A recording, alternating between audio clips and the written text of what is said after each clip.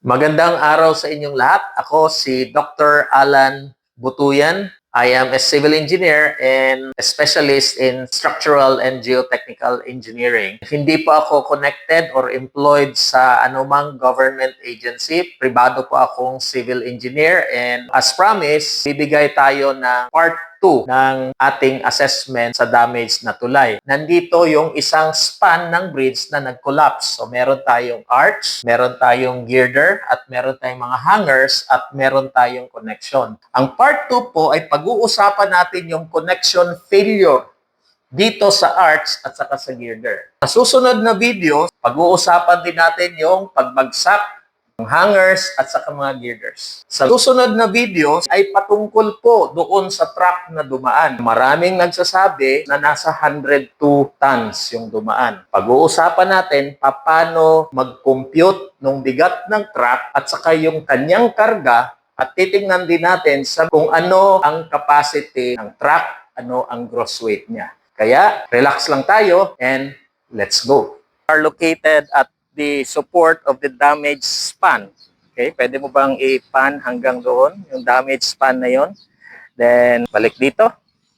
So, if you will notice, ang failure ng bridge natin is umangat yung longitudinal beam. So, nag-separate yung slab, paangat siya doon. So, what does it tell us? Etong connection ng transverse beam connected to the arch, nag-fulcrum siya because of the overweight doon sa kabila. So parang seesaw siya. May malaking tao sa kabila, may bata sa kabila, so yung load talagang nag-ikot doon. But let me just focus on the damage on the joint. Ayan. So you will notice na yung pag-retrofit dito sa portion na yan, na yung white beam natin, yung external longitudinal beam natin, nag-separate siya doon sa arch.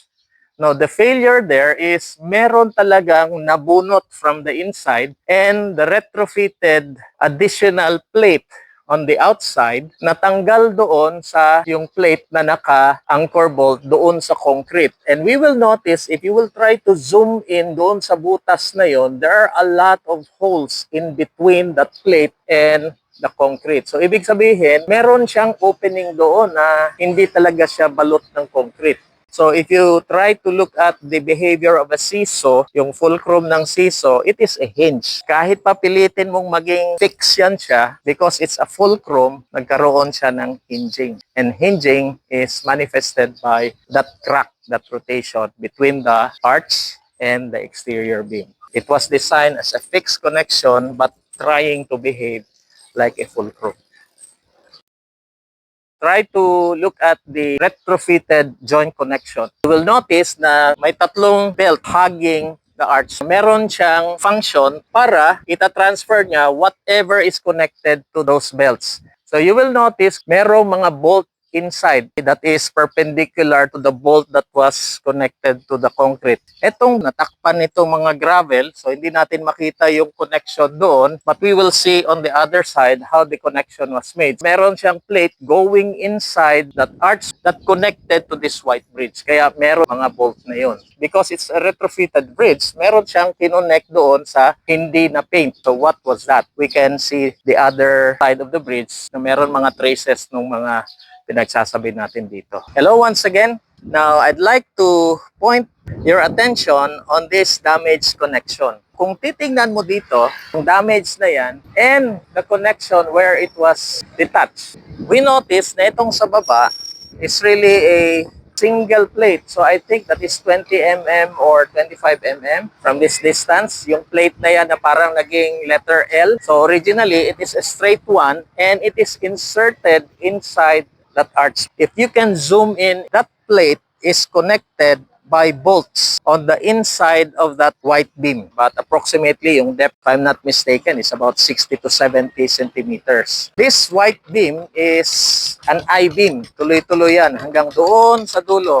Makikita ninyo dyan, yung white na face na yon. So it's an added strengthening. Maybe it's part of the retrofitting on both sides of the I-beam. So merong web dyan, yung vertical face inside. Then there are two faces outside na naka-weld. So nakikita natin yung para mga square additional belts para mga shear connectors on the entire length. So if you try to look at this, lumabas na maraming bolt embedded about 4 to 6 inches doon sa concrete. So they were all disconnected. Based on the disconnection, we noticed that it was a pull-out failure. Hindi nag-fail ang bolt, kundi yung kanyang bonds with the concrete. Yung length ng bolt tells us the penetration that is embedded on the concrete. Try to zoom in, we notice na hollow yung arch. So it gives us an idea, yung thickness ng concrete would somehow be at least equal or greater than the anchor bolts. Question, how do you transfer the load of this additional plate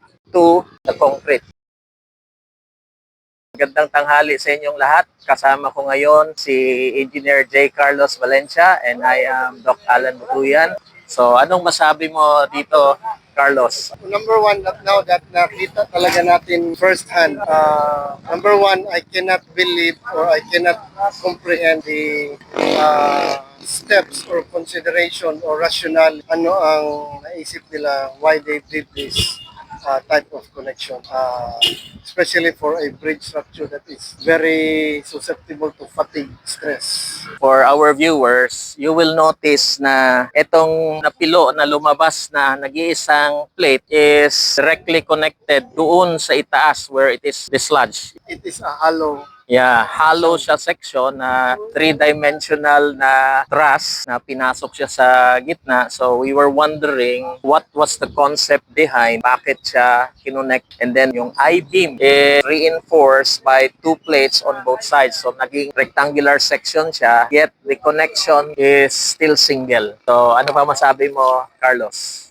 Yes, and I can see also yung kanyang gear there is ano na pala, may hindi na siya vertically aligned. So, Yeah, it's a little inclined. It's a little bit inclined. So parang may torsionally positioned na siya. Oh, ayan, titingnan natin ano yung sinasabi. That's it, no? So if you try to look at that arch, hindi naka-vertical yung ating external beam, yung pinaka-dulo dyan sa labas. And then it is connected by hangers. Tama? May hanger siya. Then it's connected to the concrete arch. So medyo intentionally positioned na siya. naka-position siya na inclined. It's not truly vertical. Then at the same time, yung ating mga rods are also inclined to follow the plane of the beam itong sa baba, and then yung angle din doon sa arch. Because you notice na yung arch malapad sa baba, and then as you go up, lumiliit siya, tapos lalapad uli when it touches the coping.